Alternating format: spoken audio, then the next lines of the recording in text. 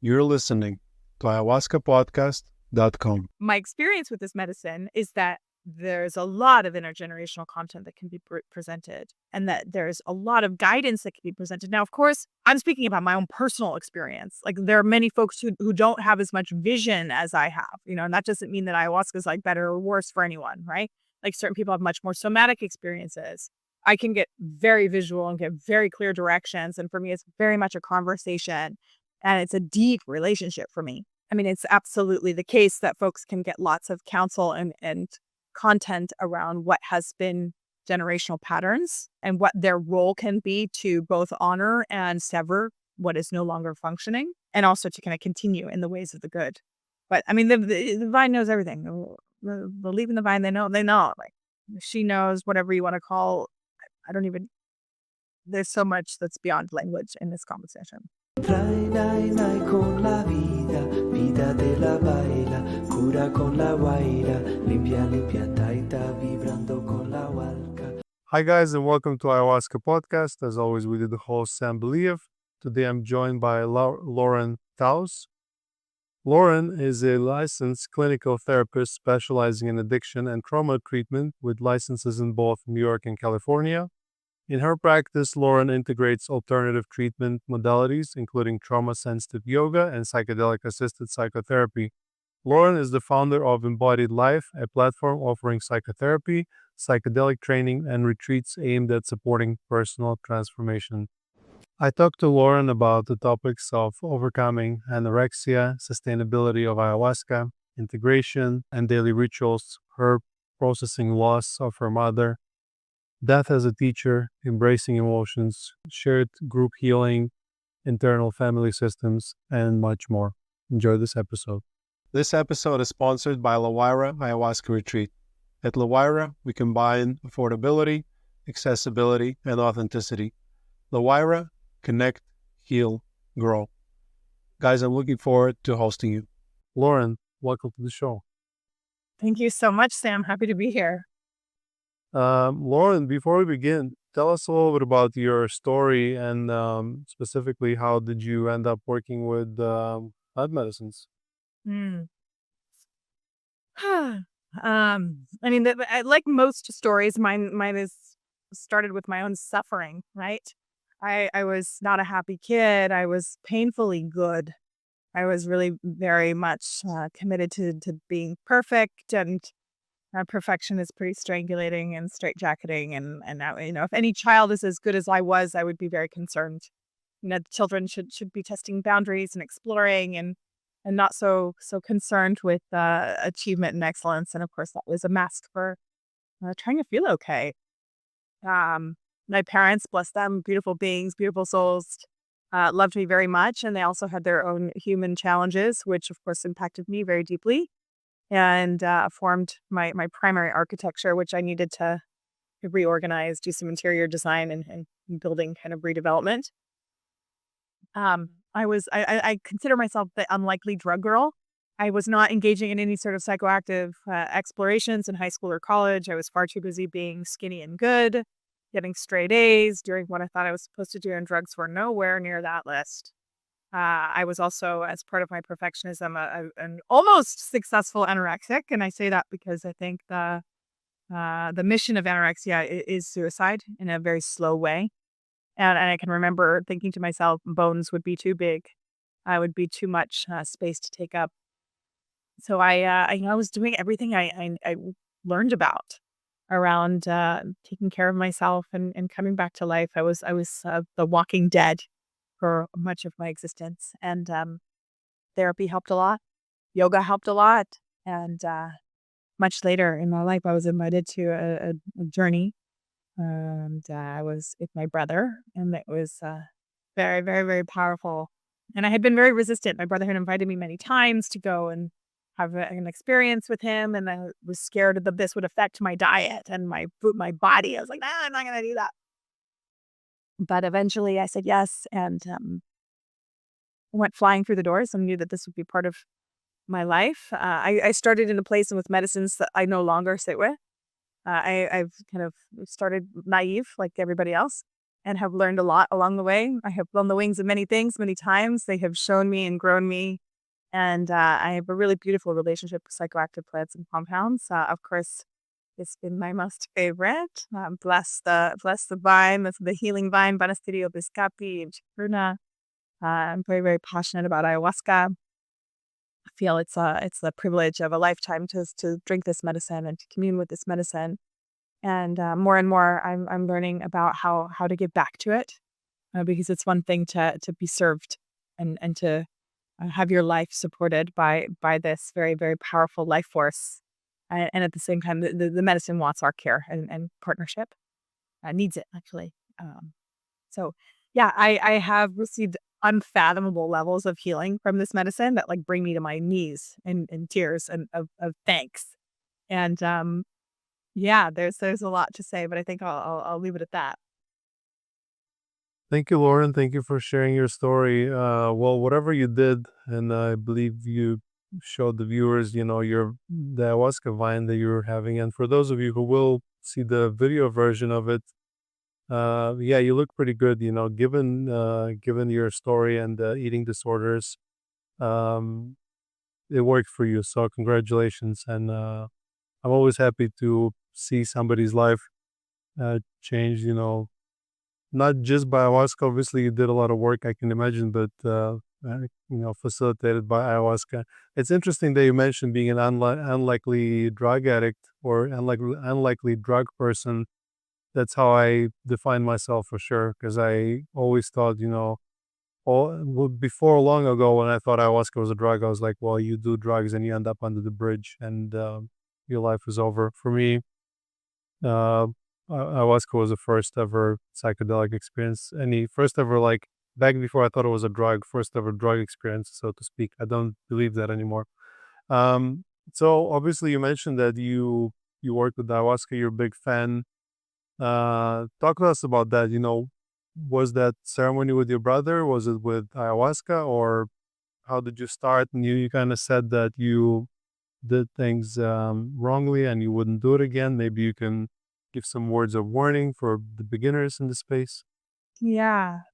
Well, one of the things I've really learned along this path is that it's very important to know where your medicine is coming from, and to create 1 liter of the tea, of the ayahuasca tea that we drink in ceremony. It takes like hundreds of pounds of biomass of plant matter, and it takes this beautiful vine 5 to 7 years to mature.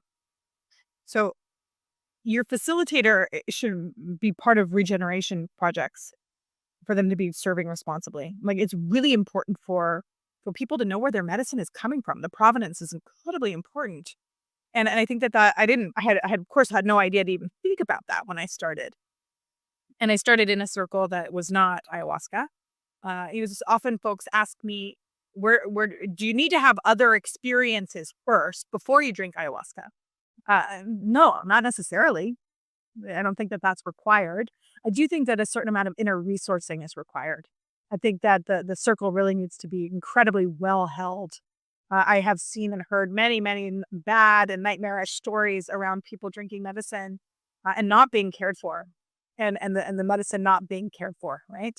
Those are sort of kind of happening concurrently. If the medicine isn't cared for, then the space isn't going to be cared for. Then people aren't going to be cared for. And as I mentioned, I work with ketamine. I'm trained with MDMA and other tools.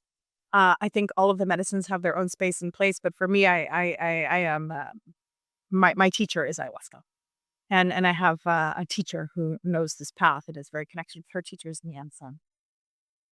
And I think that I came later to ayahuasca after having worked with other medicines, and I was very scared of ayahuasca. And I think that people should be scared of ayahuasca. It's scary. It's a lot. It's like big leagues for sure. And I like that, if you change the letters around just a little bit, the word scared is the same as sacred. And, whenever I'm stepping into a maloka or an air temple for a ceremony, I'm reverent. And in that comes a holy dread. There's a certain amount of trepidation that is appropriate, right? Like, and then I wish that I walked the world that way, because we're in this mystical garden at all times. Of course, when you drink medicine, like, you're opening up to deeper levels of existence and capacity building content. But I was in quite a lot of pain when I said yes for the first time to ayahuasca. I was really grappling with my weight. I've always been thin, but I would marry too much of my worth to the number that I read on the scale. And the fluctuations were overwhelming to me. Mind you, they were maybe a pound and a half, but I was like tortured by this. And a very close friend of mine who sat in other medicine circles with me and who doesn't particularly love ayahuasca, but heard me and said, "Listen, like this might be your time to go." And and so I said yes. And my first experience was very, very powerful and profound, and it really helped me to get off the scale and to stop weighing myself. I got the memo, it's time to retire your extra, extra small life. Like to be so concerned about half a pound is insane. And to put so much of my life force and energy in something so small, and ayahuasca gave me a whole download, a whole curriculum around the importance and also the sovereignty of choice. Which, medicine was like, you don't have to, but if you don't, like your life will remain small. And my life did get really big when I followed direction. Yeah, ayahuasca is really good for anorexia, or at least the very few um, examples that I personally have. Because we had a girl, she came to our retreat 6 months or so ago, and she since then gained a lot of weight. She's actually back now. She wants to gain even more weight, and she even actually wants to volunteer. But I told her she needs to gain 5 kilos to be able to volunteer, and she already overpassed that number. So, and it's important that you talk about the sustainability of ayahuasca as well. Like, in our case, like my shaman and his family, they have 50 hectares of land and they grow their own ayahuasca. So it's not like poached. But the interesting thing I think a lot of people don't know about is for ayahuasca to grow, it needs a tree. So if you have like a farmland and you want to grow ayahuasca, you're forced to grow somewhat of a jungle first, and then the vines grow around it. But yeah, so, in some places they still kind of poach it, and it is found in the wild. So it is important to know where it's coming from. But even more important, like who are the people that plant it, and like what are the intentions, and do they follow the rituals and when harvesting it and cooking it, and basically every step is important. um so yeah, this is where I think I find myself like really finding a lot of comfort in having this indigenous tradition to rely upon. um and this is very genius that you said about sacred and scared. I'm definitely gonna be using it. I never heard this before. But totally true. No matter how many times you drink ayahuasca, when you're about to drink it again, you're like, because you never know what's gonna happen. We're building our capacity, right? I mean, it's a physical, emotional experience. It's not, your mind is off, right? Like I love when I reach a place where there's no thinking. Like I am just a vessel to receive the divine, and in a curriculum that is specific to my soul and has only given me like tremendous amount of fortitude and care. This medicine is only benevolent.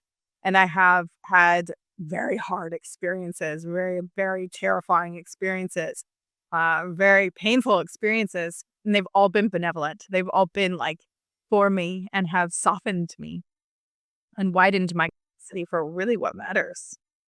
The painful experiences and the difficult ones are sometimes where most of the work is done. People are afraid of them, but if you don't resist them and if you go through them, you come out a little better each time. Obviously, ayahuasca helped you, but I know you say that you cannot just ayahuasca your problems away. So, what is that mysterious work that people need to do after the ayahuasca? Can you talk about that? And I don't drink ayahuasca every day, right? And for me, it's a special occasion. And I do get very, very specific guidance from the medicine, and then it's very important for me to deepen my listening and aligning with the information that I receive, right? So integration is the name of the game, right? Integration, what does that even mean? It shares the same etymology as the word integrity. It's about our wholeness. And so how do we on a daily level practice that? Like practice the counsel, the good counsel that these sacred plants give us. For me, that's looks like many different things. I myself, I'm in practice of my offerings. I'm a therapist. I go to therapy, right? I work with internal family systems, which dovetails really beautifully with psychedelic work and certainly with the work of ayahuasca. I also, I pray and meditate every day. I sing. Ayahuasca very early on wanted me to sing. And one of the greatest gifts, and there have been countless, but one of the greatest ones that I've received from my time in ceremony is the gift of song and making my life sing. So I sing every day, and for me, song is prayer. It's a way, a deep way of praying. It's not a performance, right? I think that song and dance have become so bastardized in our culture. If they don't look good or sound good, we think they're not good, which is absolutely not true. It's an offering, and we all get to do that. And so I sit and I pray and meditate and read poetry and sing songs and read, from my sitter. I'm Jewish, and I sit in a specific tradition that is very amenable to your own tradition. Like, what is your tradition? Like, what do you practice? What do you believe? What were your ancestors' practices? And do you want to continue along with them? Play the guitar, like these different things. And then, of course, if you get counsel, like you need to do something, you want to sit with that before you go immediately do it. But if it's aligned and right, go do it. Like, do the holy homework. It's not going to do it for you. Like, ayahuasca is not going to do it for you.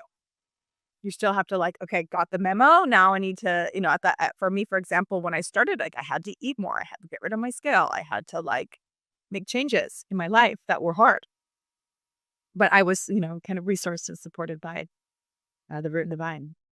So you said, you mentioned that your morning routine is yoga, meditation, reading poetry, and things like this.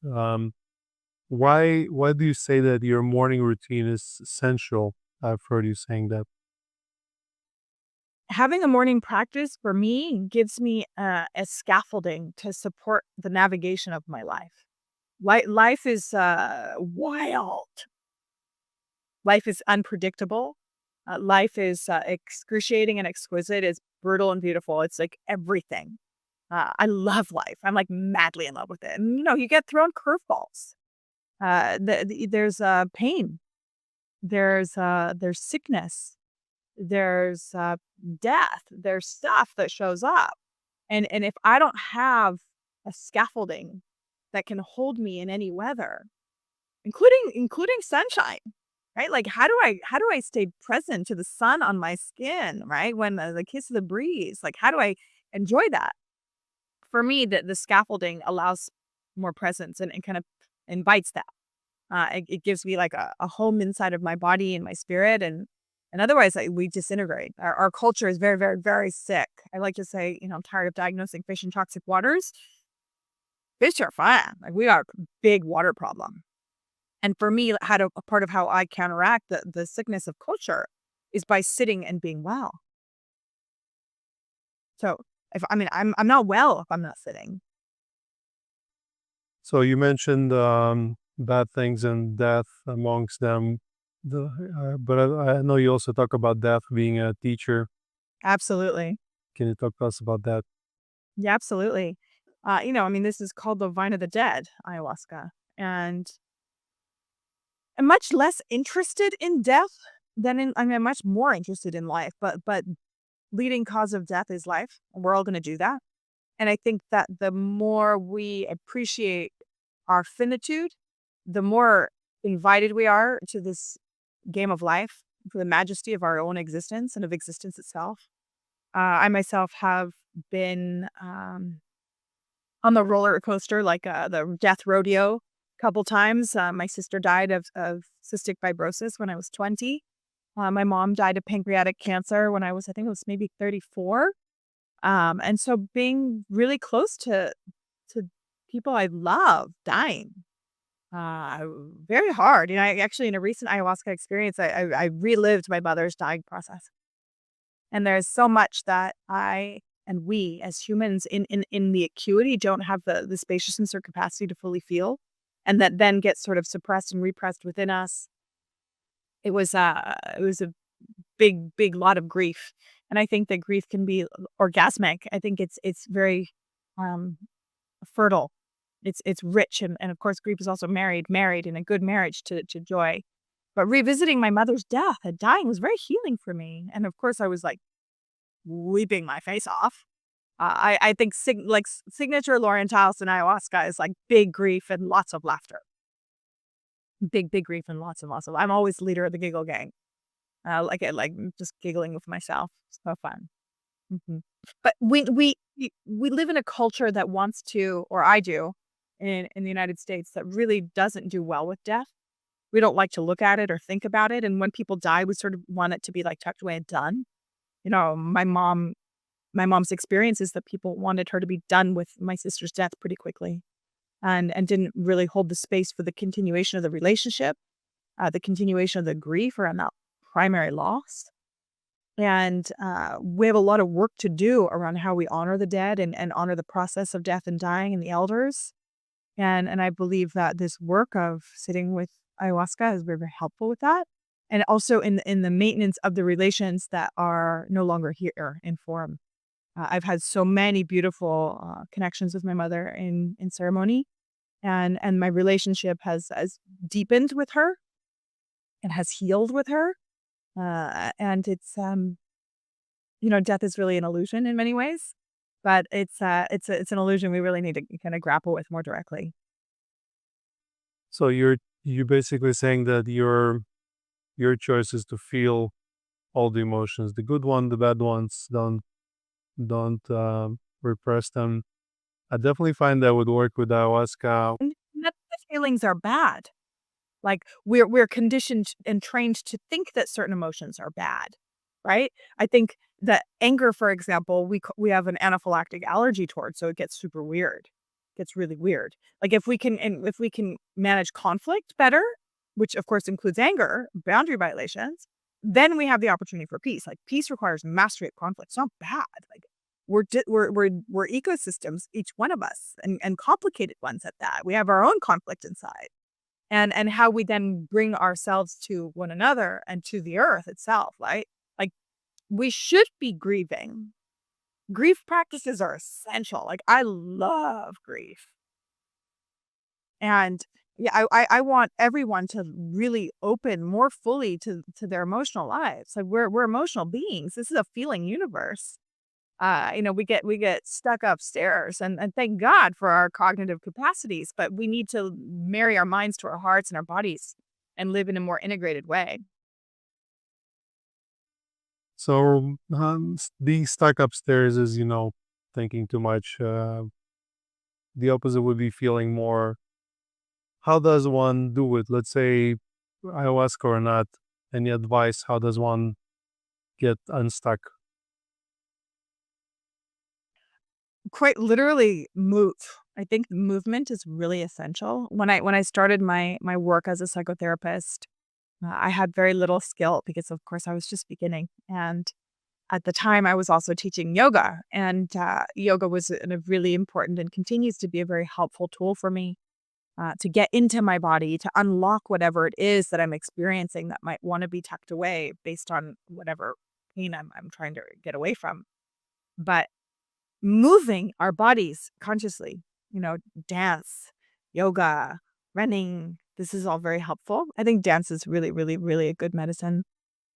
And listening to evocative music, um, I find that can be very helpful as well. Time in nature, right? A lot of people live in concrete jungles with soundtracks of honking horns instead of crickets like you've got going on back there in Colombia. And, just putting our nervous systems into places that have a different kind of clamor than urban environments, I think can invite us into deeper levels of listening, which is generally an emotional process. And it's also not a one size fits all protocol or process. Many of us are like deeply armored against our emotions for good reason. And I think it's important to be respectful of the defense, and to work with kindness, care, and respect towards defense versus just trying to kind of um, bulldoze internally. Like how do we befriend our challenges and the parts that may want us to not feel so much? You mentioned losing your mother and then processing that loss in the ceremony as well.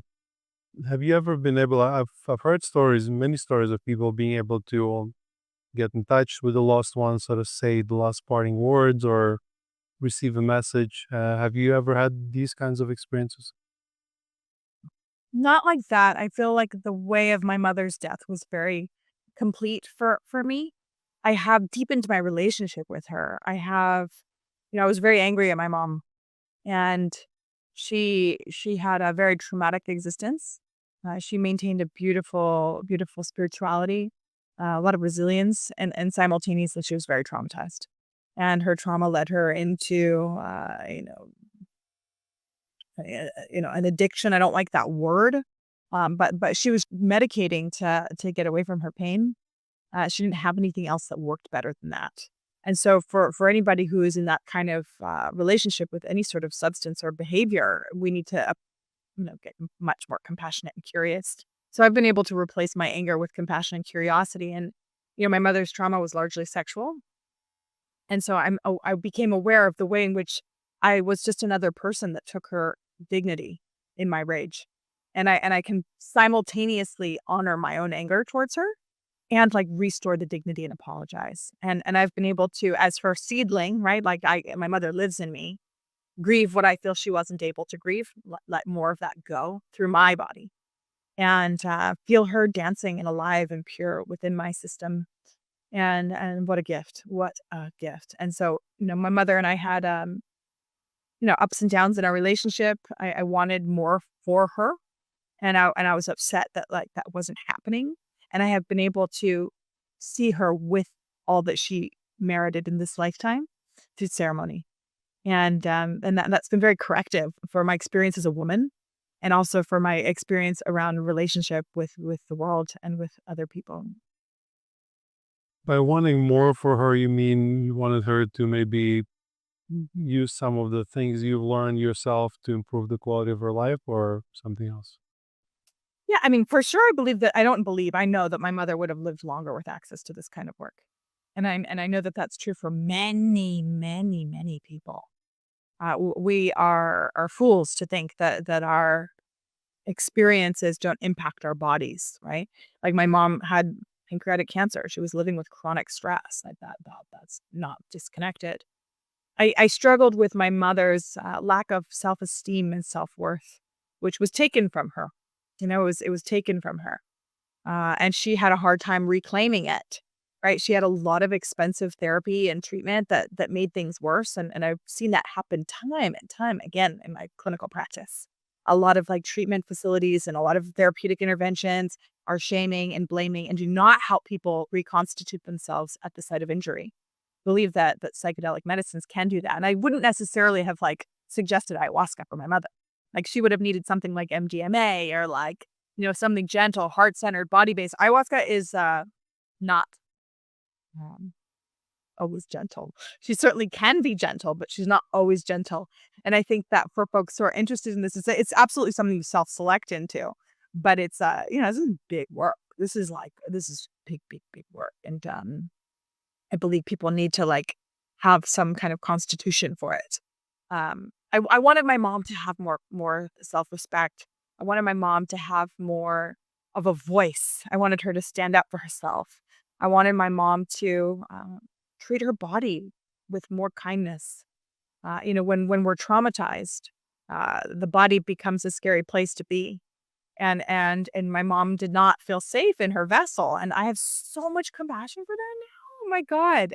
And everything that she did to her body, in her body, like, I get it. And I have compassion for, like, the younger me that was angry about that, and, like, I can bring the consciousness of both of our higher selves together now. And we're just in a beautiful relationship when she's with me. But I feel, again, like, as her seedling, like, I'm standing up and speaking on her behalf, and I'm healing, like, for us. And for all the generations of women behind me that maybe didn't have as much of a voice or as much sovereignty and agency as I now have.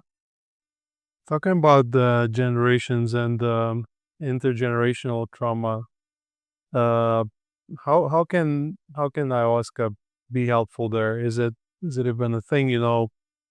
Obviously you seem to know about that. I mean, this medicine app knows absolutely everything about everyone and their respective histories. It's outrageous. I mean, one of the things that I know is that I don't know anything. Right? You drink medicine, you know nothing. You think like, oh, this is my dose. No, you don't know your dose. Like you could have like a tiny bit and be like out the races. Some cups and I'm pretty present. It's like she's gonna do what she's gonna do. But my experience with this medicine is that there's a lot of intergenerational content that can be presented, and that there's a lot of guidance that can be presented. Now, of course, I'm speaking about my own personal experience. Like there are many folks who don't have as much vision as I have, and that doesn't mean that ayahuasca is like better or worse for anyone, right? Like certain people have much more somatic experiences. I can get very visual and get very clear directions. And for me, it's very much a conversation and it's a deep relationship for me.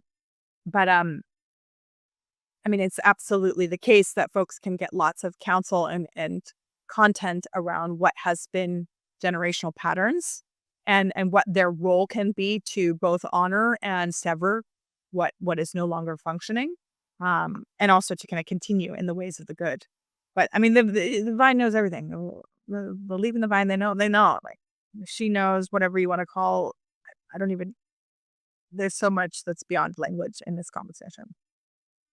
Yeah, and the end of the day, the ayahuasca will provide the necessary information. It's like it doesn't need much of the intermediation except for somebody holding a safe space. And Which, Sam, is a big deal and not one that is obvious.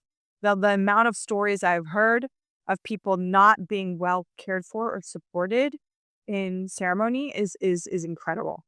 Like it's a huge thing to serve this medicine and to serve it well.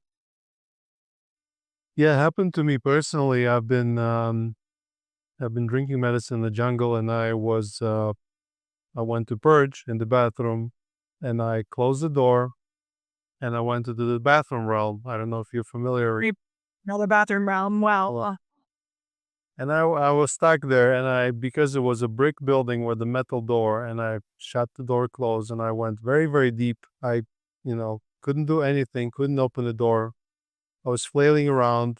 I was hitting walls with my hands, and I was hitting my back on the bathroom. It was the only thing that I could sort of control because it's like dung of the bathroom kind of like connected me to this realm, dimension. Yeah, I was stuck in some kind of mental loop where I could not regain my consciousness. It was a very, very unpleasant experience.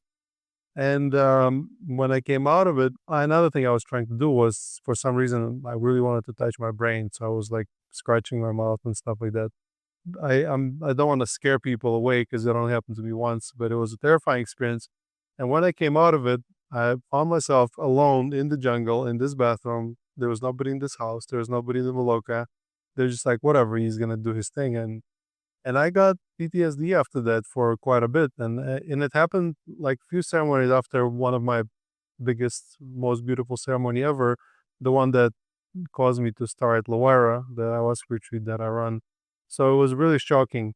It kind of shows you there's two worlds. So when I went ahead and started my retreat, we did everything the opposite way. For example, we in our bathrooms we have like a little space on the bottom that we can see, and we can also open your door from outside if we need to, and things like that. So like basically doing the opposite. But yeah, there are places that don't care about you, or there are places that openly want to hurt you. and I think there's a lot of people who are serving that just don't know what to do just yet. It's like you really need a tremendous amount of experience to serve in a good way, like a lot of experience. And you yourself as a facilitator, like need to really be a clean vessel and like have like it's a big task. I mean, maybe the biggest because what might present for folks is outrageous. Like it's unimaginable, and it's imaginable because it's happening. um, I have a lot of concern around this issue and making sure that people are safe and cared for. Bathrooms, of course, should not be locked. Angels should be monitoring where everybody is. Nobody should be left alone after ceremony if they're still in process. These kinds of things, like nobody should be leaving the space very far. I think nobody should leave the location. I also think for folks who are new to drinking ayahuasca, it can be really helpful to start with a North American facilitator.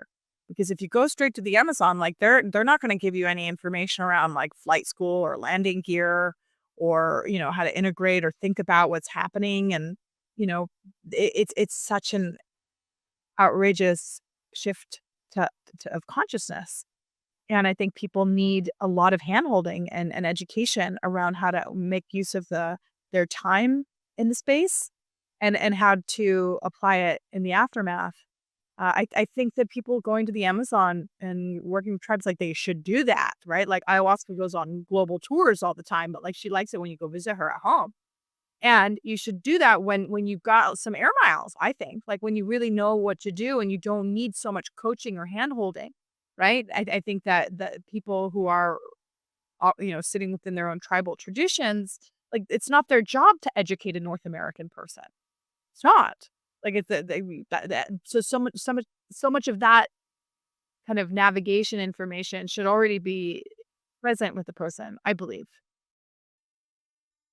Um, yeah, it's interesting because I think there is a perfect balance where you take where you combine the indigenous knowledge and sort of Western approach, and I obviously tooting my own horn, I believe that that's the balance we strive here for, having an indigenous shaman lineage, but then at the same time having integration and having support and like English speaking team members they can make you feel comfortable. And also like we're in Andes. I mean, for foreigners when they come here, they think they're in jungle because it's green and there's palm trees, but like not real jungle, with things that can kill you, like snakes and stuff like that. So I think having sort of that, I think there's like levels. You come to a place like Lowara first. Let's say you not because we're only good for first timers, but because we prepare you for what's to come. And then when you're ready, maybe like when you already step on a path, like shamanistic path, and you really want to go meet medicine where it comes from, because like I've been to jungle and it's already overwhelming, the medicine experience itself. It's already scary enough, but then you get scared of snakes and spiders and malaria, etc. So like every mosquito you get freaked out of. So it's like it's definitely not for everyone. But interestingly enough, it will kind of call you. I remember having this. I had no idea why, but I had this irresistible call to go to jungle. And then synchronistically, person comes and says, "I'm going to jungle." I'm like, "Well, I'm going to go with you." Synchronicities will happen if you need to. So I'm not saying like there's one correct way to do it. But regarding safety, yeah, there's physical safety, somebody just making sure you don't hurt yourself or jump off a height. What?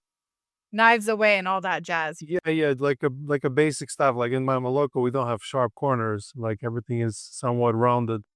And then there's spiritual safety, which is the space that shaman protects from all the other things that are invisible to us. Emotional safety. So there's like layers and layers. It's a complex work. I know you also organize retreats, so I can imagine you know a lot about it. Um, And I want to say too that I think what you're describing is perfect and beautiful, right? Like I want for people to have an authentic experience and to be connected to a lineage, right? Not, and I feel that's very, very essential, and part of what allows for a person to really be held. And like you said, you've got your shaman, and then you have folks who are around the space who speak English, who know the culture. It's like that's what I'm talking about. Like it's not that you can't go to the Amazon, but the context needs to also be for someone who's brand new, I think. Unless they've really got a sturdy constitution, maybe they've like got a lot of medicine experience under their belts. People need education and information around like how to navigate these mystical spaces. yeah, a bit of mediation between the the Amazonian culture and our understanding, because they see things very different. They don't feel the necessity or desire to sell their tradition to you. They just want you to follow it if you want to be a part of it. So we need to kind of mediate. And it's like there's many like sensitive topics that are difficult, but it's manageable when you like pay attention to. So there's a lot of like very minute micro adjustments that you need to make, but it works, and I think it can be done and should be done.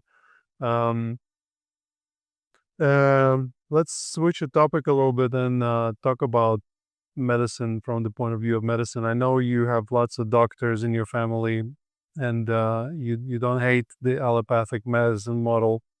What is that? Where do you see this beautiful marriage, hopefully eventually, of those two worlds? Hmm. Yeah, I'm the daughter, granddaughter, and niece of medical doctors. I am the daughter of a nurse. My mom was a nurse. I myself, I'm a clinician in a Western trained orientation. I think Western medicine, like all good things, needs partnership. I think that the way that the system is operating is deeply abusive to medical doctors right now. And simultaneously, I bow my head to Western medicine. Like, thank you so much. There are so many outrageous miracles that Western medicine has accomplished. No, I mean, I think I made a video on Instagram about it. Just getting a blood test. This is a tiny little vein can extract infinite data from your vein and help us understand like where our bodies are in imbalance and how we can create more balance. It's absolutely phenomenal. And is it perfect? No, it's not. It needs marriage. Like people, I think about Bob Marley and Steve Jobs, who totally rejected Western medicine and likely would have lived longer had they opened themselves to these things. Now it's their choice to die, right? It's their choice. But I want to live as long as I can in as healthy a way as possible. Now, there's no question in my mind that even the atmosphere that I live in Topanga, California, where I look outside and see the natural world, where I wake up to bird songs and not taxi cab sounds, where I fall asleep to the sounds of crickets, that this is medicine, and there's more and more research indicating the real health benefits of time in a more natural environment. I mean, Korea has medicalized forest bathing, and there's forests that are medicine, like they're sciencely medicine. Now, ayahuasca is my medicine. The way that has supported my nervous system and has given me counsel around how to live well and how to also be in higher levels of service and connection, right? We suffer from disconnection, separation, et cetera, and that creates disease in our bodies. Like, we need to learn about relationship. I believe ayahuasca is all about relationship. And how do we have right relationship within medical contexts as well? I find a lot of respect for like the different verticals of medicine. One of the things that I'm thinking about a lot is like, medicine is so hyper focused in ways that are problematic, right? Like there's a doctor that's focused on, respiratory or focused on like heart issues and maybe overlooking the larger system. But like, how then do the specialists and experts weave their wisdom in conversation and connection? Like, I believe in the worlds of wisdom traditions. Like, Western medicine is one of them. I think that it's a grave mistake to rule one out, any one of them, right? Like, thank you for Ayurveda. Like, thank you to acupuncture. Thank you to ayahuasca. Thank you to all the plant medicines. Thank you to all of the doctors, right? There's the plant doctors and there's the medical doctors, and like, respect, por favor, respect. And we don't live in that reality right now. Again, as a person who comes from all of these physicians and who's also been blessed and privileged to be a teacher to different doctors and to be their students in return, I'm aware of how much burden they carry and how little support they get in the business of saving lives that they have devoted themselves to. Like, it's a whole language that these guys have. So, and I love when I find doctors, and I've got many of them that sit in circles I put together with medicine and like helping them, right? Like they're devoting their lives to the health of the human form. and they're learning, right? Like, let's keep learning together and respect one another. So, I mean, I don't know if any of that made any bit of sense. I feel like it was a bit rambly, but there's just no part of me that can discard the wisdom of Western medicine. Yeah, and I'll give you an interesting example. Our shaman actually this week we have a retreat, and we have 4 ceremonies in 1 week. And he gave the first ceremonies enduring a lot of pain. He was really feeling unwell. Then he went to the hospital, and he had the appendectomy. They cut his appendicitis out. So and he's in the hospital now. So his dad is coming to replace him. So it's and so he's being helped by the allopathic medicine, and it has its use. It's all perfect. But we also have a lot of doctors that come to Lawire, and they're depressed and suicidal, and not only they can't really find help in their own system, but they're not even allowed to talk about it a lot of times. Like they cannot openly say that maybe they're depressed or suicidal because they lose their job, and that feels very unfair. I don't know if you have any opinion on that. I mean, the statistics demonstrate that people in the medical profession have much higher rates of suicide, depression, and addiction. I've seen this time and time again. And as you mentioned, for many of them, it is unsafe for them to report the need for help because it makes them seem unfit to do the job. Now, of course, they're struggling, like to sit and swim in the content of sickness and death all day to like triage, specifically emergency room doctors have a very hard time. And, there's certain like verticals within the larger medical profession that have more difficulty than others, right? Like someone in plastic surgery who's just doing like cosmetic work is not as likely to have as much difficulty as somebody who's dealing with pediatric cancer, for example. Um, but the physicians need care, and it's an area that I have a lot of passion for and have some desire to even research, although I haven't refined the question just yet. But physicians are largely untended to. I think their personality profiles are such that they have certain complexes and they want to like help everybody, and then they usually don't get the help that they themselves need. I've seen this over and over again, whether that be in my father or close friends or students who are medical doctors. But for the devotion that these humans have poured into service, I want to serve them, and I want to make sure that they're doing well. And as I mentioned, they're not statistically doing well. Yeah, same thing with police people and firemen and many others. That Like that tending to who are attending. I want to tend to those who are attending. I mean, I want to put circles together that are just medical providers. yeah. And, there's like each need to follow our respective passion and life force. Like I have a lot of passion for this area. And there are close friends of mine who are doing work with veterans and close friends of mine who are doing work with first responders and things like this. And wherever our life force takes us, like we should go and like go. Yeah. So service people, but also I want to talk about service from a more medicinal, more medicine sort of point of view. I've recently, so obviously, running a retreat and helping a lot of people overcome their mental health issues is a service as well. But I've kind of recently connected with this.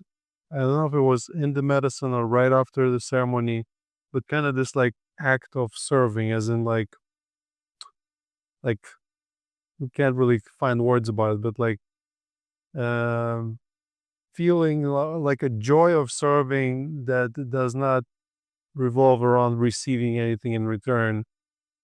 I don't know if you know more about it or more experience about it. I don't know if you can talk about that. Giving just for the sake of giving? Yeah, I mean, well, just giving is fuel. Right? I like to say that people should only give from their saucer. Right? I find that a lot of folks are empty and serving and serving and serving from a place of not full. And so I find, back to my daily practice, like my practice fills me up. And, for me, God fills me up. I don't care what spirit, universe, whatever, like I'm filled up by spirit. And from that place, I feel more comfortable serving.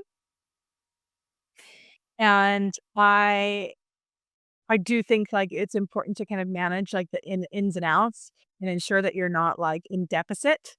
And a lot of people who like to give or are in service positions are giving to their detriment. And that's it becomes a problem, right? But like, of course, we should give to give. Like one of my mom's dying bits of advice to me was to give as much as I can and give anonymously. Like just give because it's the right thing to do because it feels good to give without wanting thanks or credit or whatever. Like just do it because you should.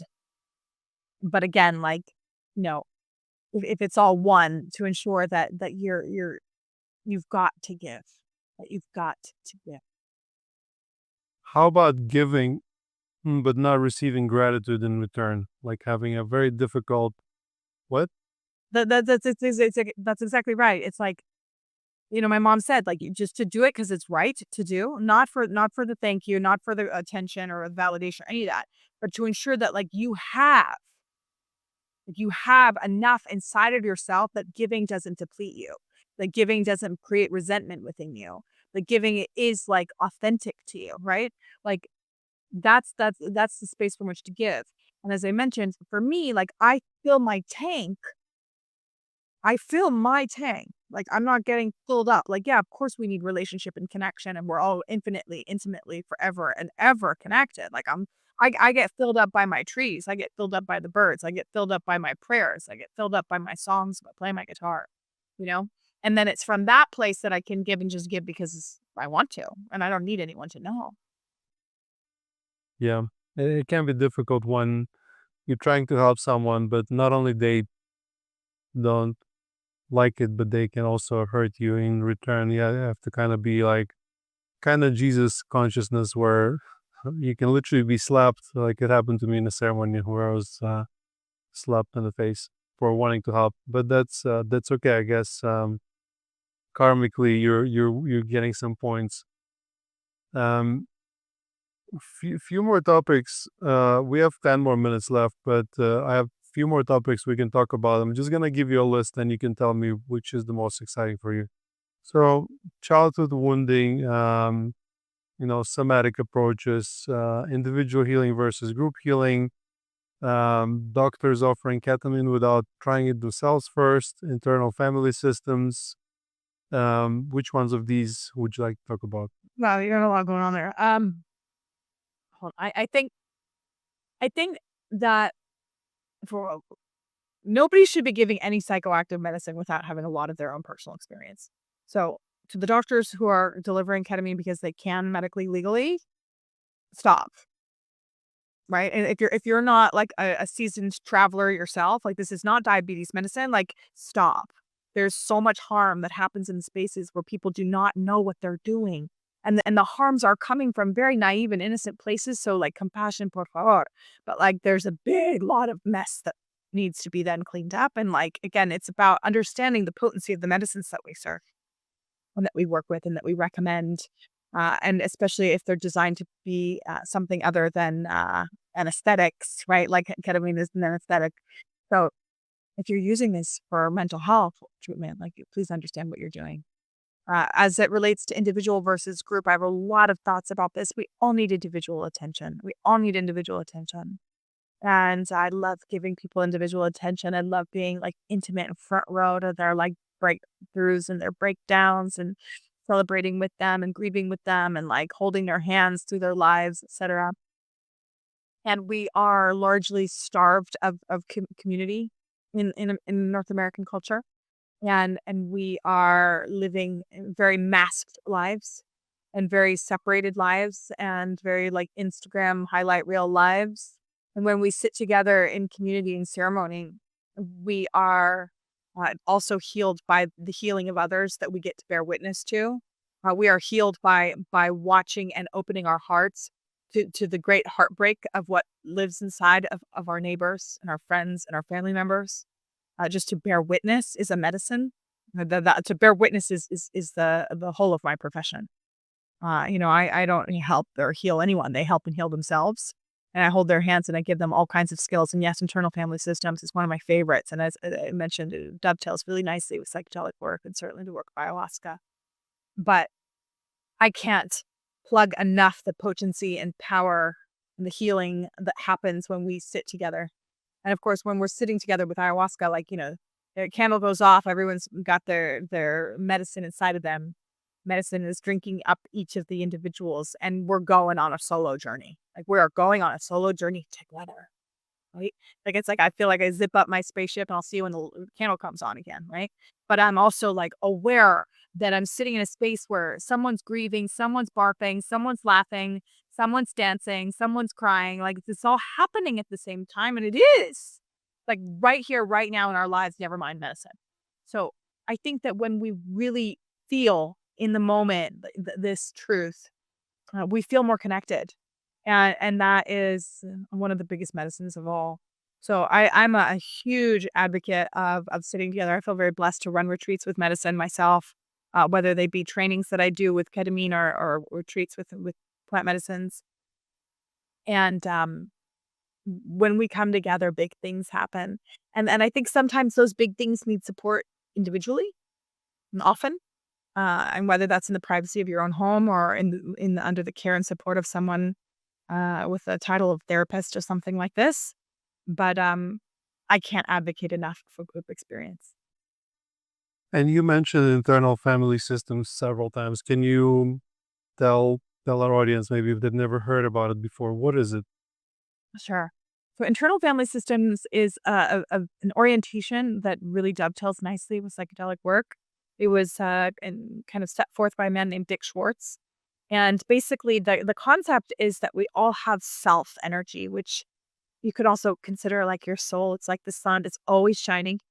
Your true self is entirely undamaged and undamageable. Like nothing can touch it. Nothing, not war, not rape, not molestation, not incest, not nothing. We also have many, many parts inside of us. And this isn't a function of mental illness. Like we all have many, many parts inside. And it's best to look at these parts as like ontological realities, as like entities. And like all beings, they can change. They aren't one thing. It's not like you have a part that's always angry, but you might have a part that's carrying a lot of anger, or you might have a part that's carrying a lot of criticism, or a part that's carrying a lot of depression or grief and sadness. The parts are generally in contact with each other or the outside world. The work of internal family systems is to bring the parts into relationship with self.